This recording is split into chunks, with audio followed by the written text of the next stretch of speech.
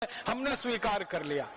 तो संविधान सभा में जो बड़े बड़े नेता शामिल हुए थे ना, उनके बयान अगर आप पढ़ेंगे तो आप हैरान हो जाएंगे। हमारे देश की संविधान सभा की जो ड्राफ्टिंग कमेटी थी, उसके चेयरमैन थे डॉक्टर भीमराव अंबेडकर। उन्होंने 1953 में ये कहा राज्यसभा में बोलते हुए कि अगर मुझे कोई अनुमति दे दे तो मैं सबसे पहला व्यक्ति होऊंगा जो इस संविधान को जला दूंगा। पत्रकारों ने उनसे पूछा कि आप इस संविधान के निर्माता हैं और आप ही इसको जलाने की बात कर रहे हैं।